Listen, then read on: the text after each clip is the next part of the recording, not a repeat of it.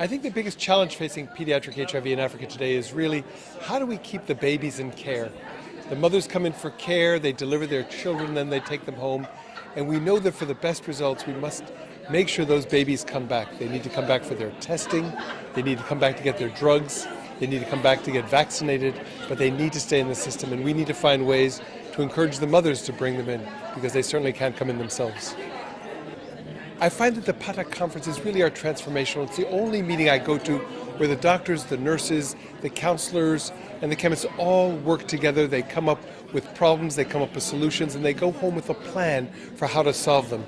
It's the one conference where people are really held accountable for what they propose to do, and they're followed until they do it. I think it's one of the really meaningful places that I come to interact and to speak.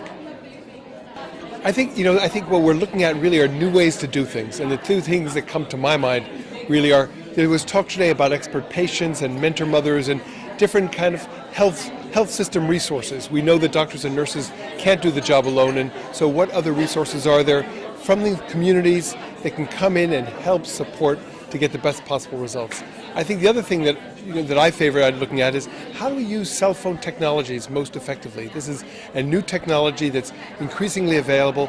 How do we use it to achieve our objectives? So I'd like to think that at the end of another year we'll come back together, and some of the conversations will be about how expert patients are transformational, changing the way we provide care, and how they're using cell phones to connect with patients and to make sure those patients come back.